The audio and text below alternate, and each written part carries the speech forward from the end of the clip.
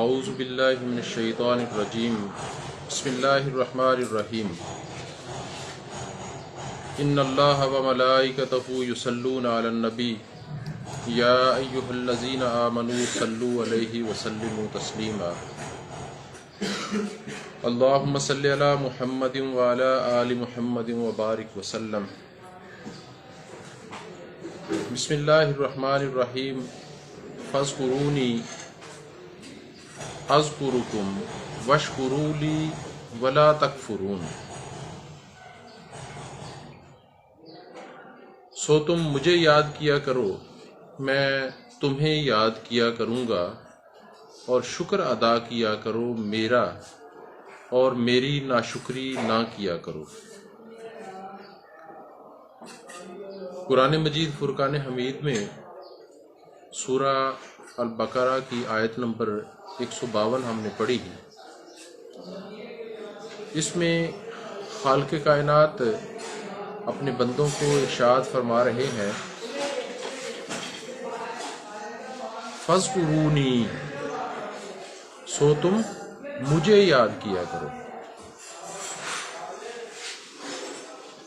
یہاں بھی عارف باللہ قاضی ثناء اللہ کے الفاظ ہی قارئین کے پیش خدمت کرتا ہوں۔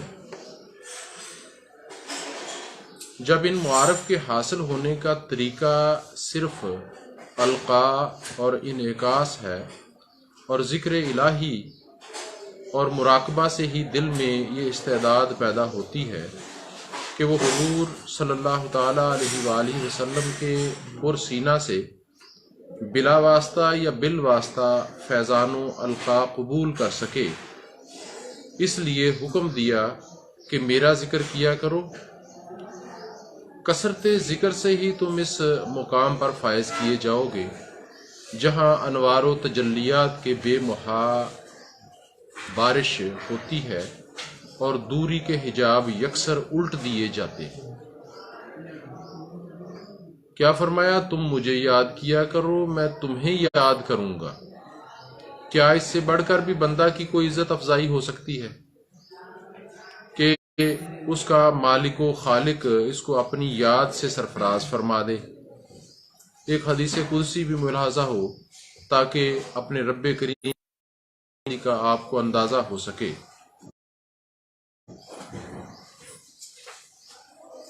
حدیث قدسی میں سرکار دو عالم صلی اللہ تعالیٰ علیہ وآلہ وسلم نے فرمایا کہ پہلے یہ پتہ ہونا چاہیے ہمیں کہ حدیث قدسی ہے کیا، کہلوا رہا ہوتا ہے یا آپ وہ الفاظ ادا فرما رہے ہوتے ہیں۔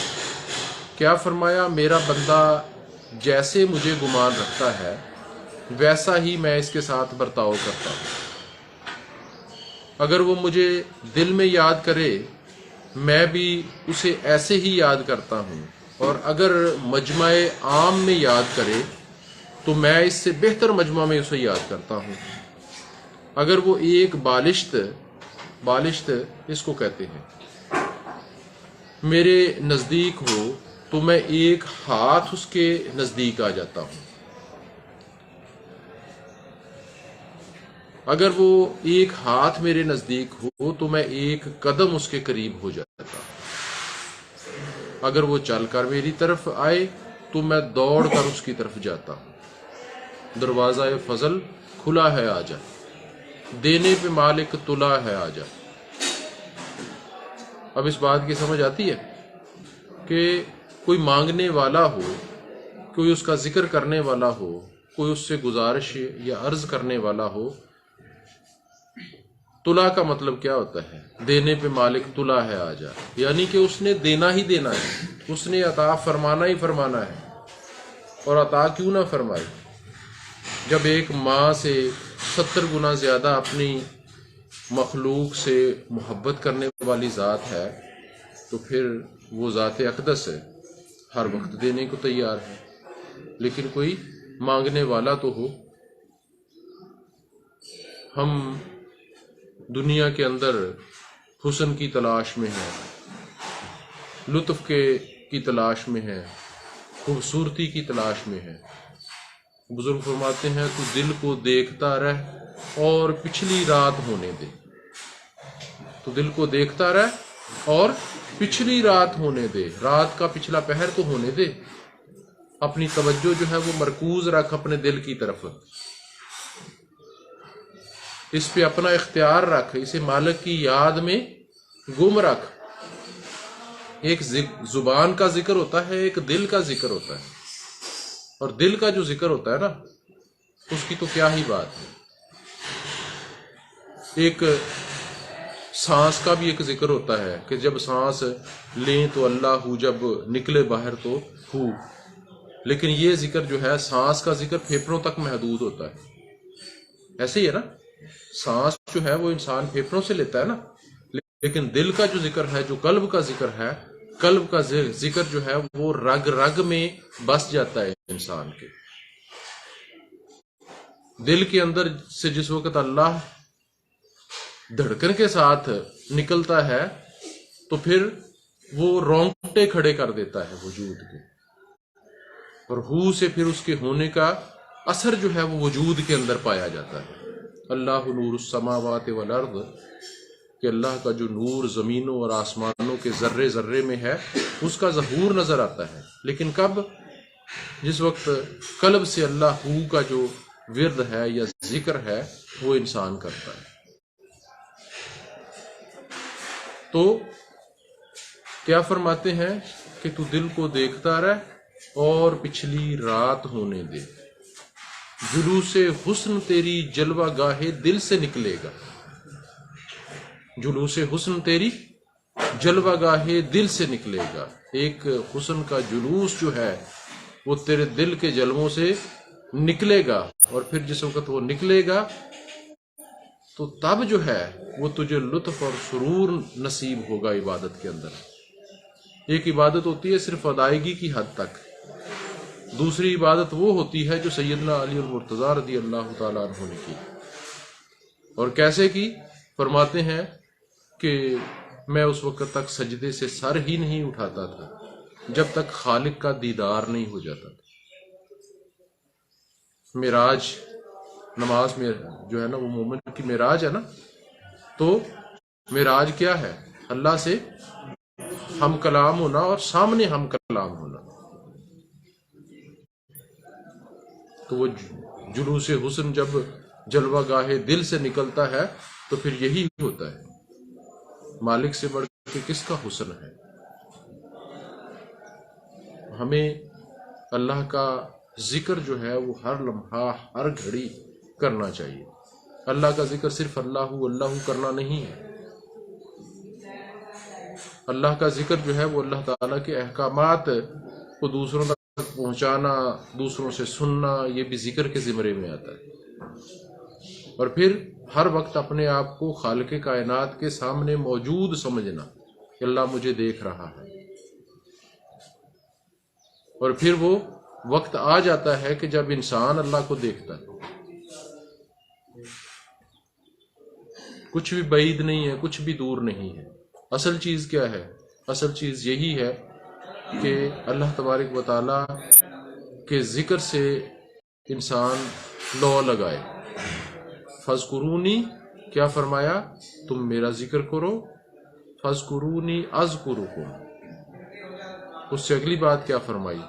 کہ میں تمہارا ذکر کروں گا۔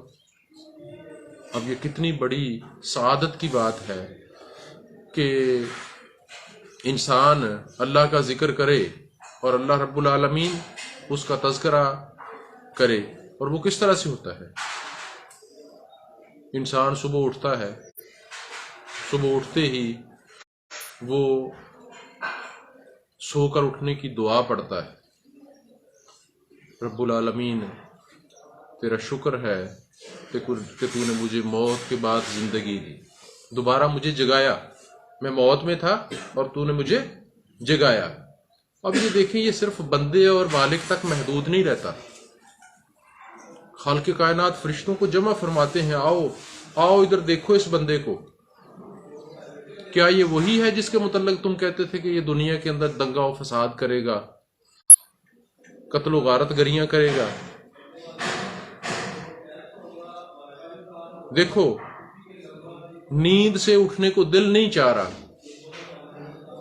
لیکن جیسے ہی اس کے کانوں میں اللہ اکبر کی صدا جو ہے وہ گونجی ہے، یا اس کی لگن ہے جس لگن کے تحت یہ اٹھا ہے، بستر چھوڑنے کو دل نہیں کر رہا، لیکن پھر بھی اٹھتے ہی یہ آہوزاری نہیں کر رہا،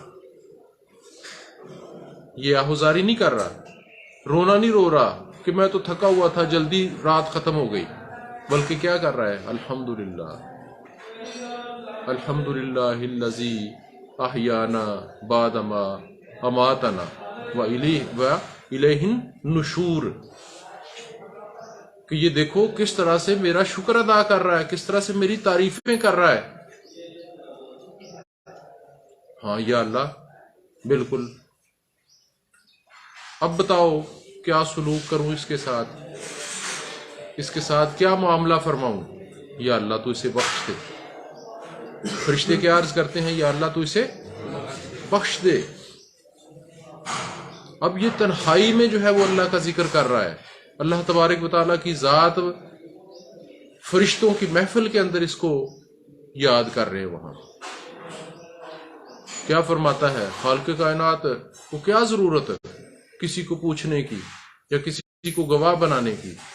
یہ صرف اشرف المخلوقات جو اس نے بنایا ہے، یہ جو ایک احسن تقویم، ایک نمونہ اس نے تیار کیا ہے، اس کی بڑائی جو ہے کے لیے سب کچھ خالق کائنات کر رہا ہے۔ فرشتوں گواہ رہنا میں نے اس کو بخش دیا، تو اس سے بڑھ کے اور خوش نصیبی کی بات کیا ہوگی؟ اور یہ صرف سو کے اٹھنے پہ نہیں ہوتا، ایک ایک لمحہ، ایک ایک جو وقت گزرتا ہے انسان کا، ہر گھڑی میں یہی ہوتا ہے۔ یوں ہی رب العالمین اس کی عظمت فرشتوں کے سامنے جو ہے وہ بڑھاتے ہیں۔ اور پھر رمضان کی راتیں، ابھی انشاءاللہ اللہ کریم ہمیں زندگی میں یہ مہینہ نصیب فرمائے اور اس میں اپنے احکامات پہ عمل کرنے کی توفیق بھی بخشے، زیادہ سے زیادہ ذوق شوق اور محبت جو ہے وہ ہمیں عطا فرمائے۔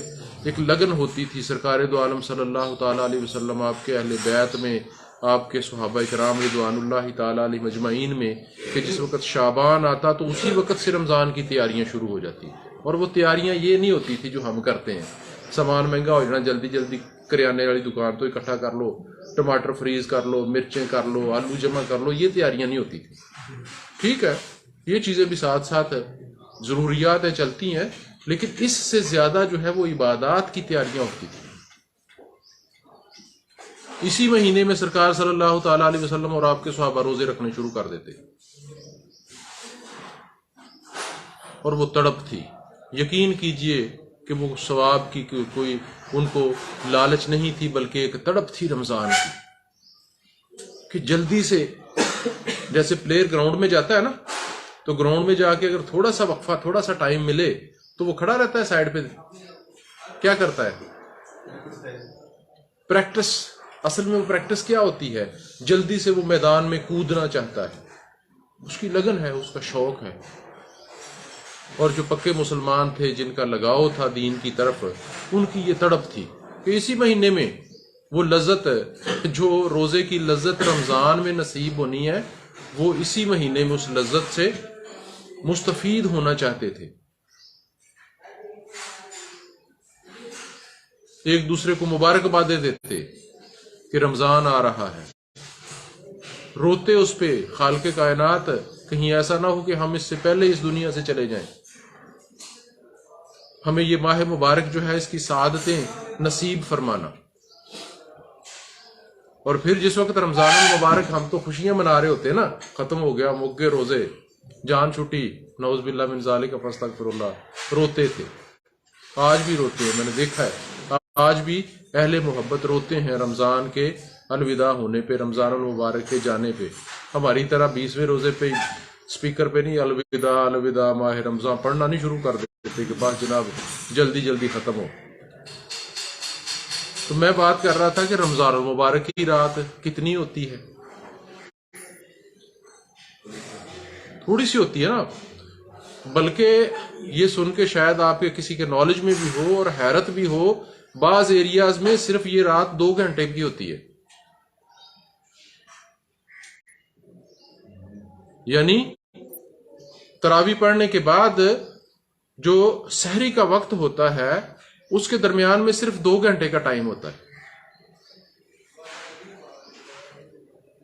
کس حد تک ان لوگوں کا جذبہ ہوگا، ان کا شوق ہوگا جو وہاں پہ رہ کے بھی مطلب 20-22 گھنٹے کا روزہ ہے تو اس کو 18 گھنٹے کا روزہ ہے۔ اب 18 گھنٹے کا اگر روزہ ہے تو پیچھے کتنے گھنٹے بچتے ہیں؟ 6 بجتے ہیں۔ 1 گھنٹہ افطاری کے معاملات، 1 گھنٹہ سحری کے معاملات، 1 گھنٹہ تراویحوں کا، کیا ٹائم بچتا ہوگا آرام کرنے کا، سونے کا؟ سمجھ آتی ہے بات؟ تو کتنا اس وقت کیا کیفیت ہوتی ہوگی؟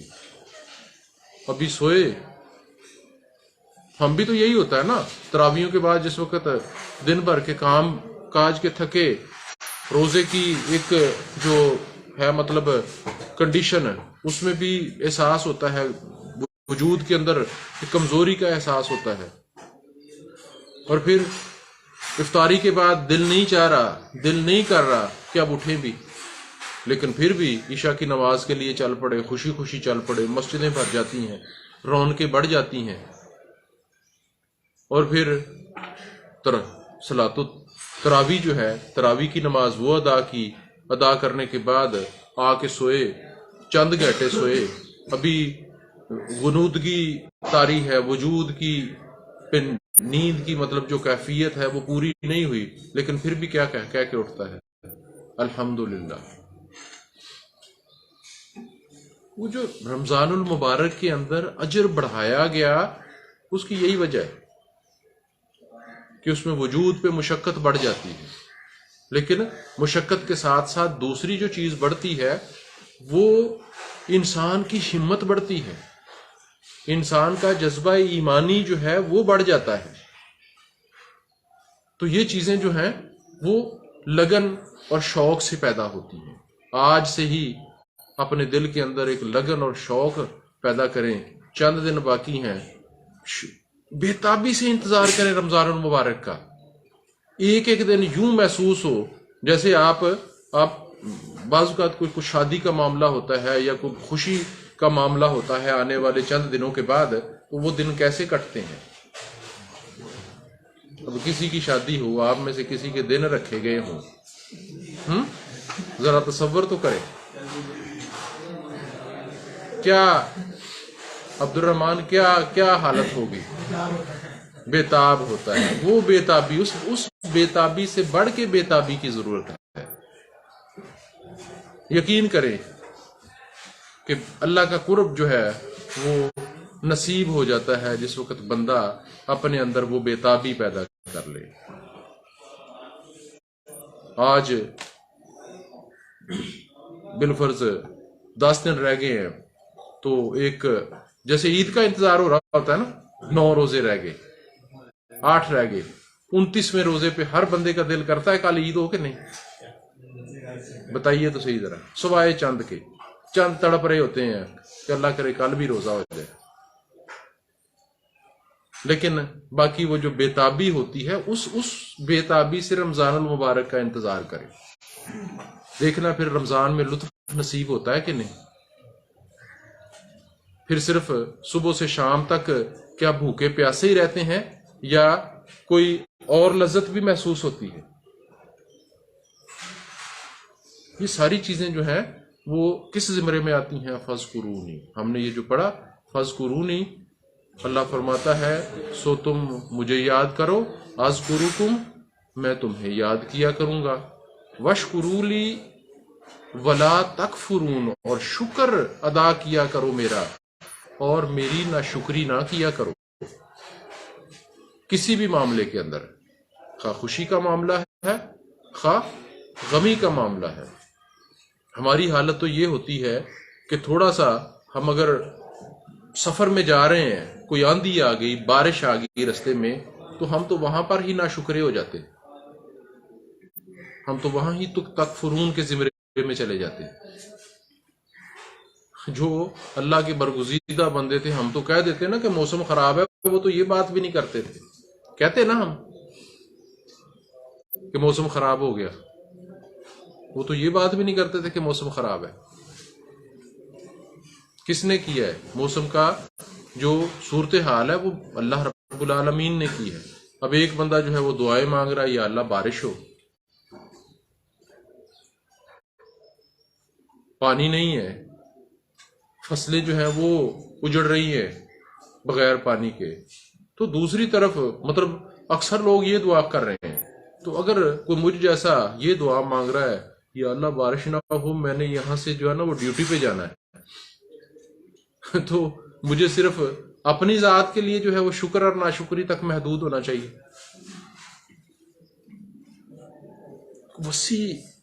وسیع نظام جو ہے وہ خالق کائنات چلا رہا ہے، جہاں تک ہماری سوچ بھی نہیں پہنچتی. اللہ رب العالمین نے سارے معاملات کو چلانا ہے. تو ہمیں ہر حال میں، ہر طریقے میں کیا کرنا چاہیے؟ اللہ تبارک و تعالیٰ کا شکر ادا کرنا چاہیے. اس کے شکر گزار بندے ہمیں بننا چاہیے. جو انعام میں نے تم پر فرمائے، یہ شکر کے حوالے سے سن لے کہ کس بات پہ شکر کرنا ہے؟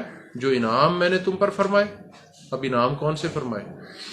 ذرا ایک آنکھ بند کر کے تو دیکھیں ذرا پریکٹیکلی دیکھیں. ایک آنکھ بند کر کے کچھ فرق پڑتا ہے زندگی میں کہ نہیں؟ اب اپنی ذات سے بڑھ کے اور کن انعامات کی بات کی جائے، یا کون سے انعامات جو ہیں ان کے حوالے سے دیکھا جائے.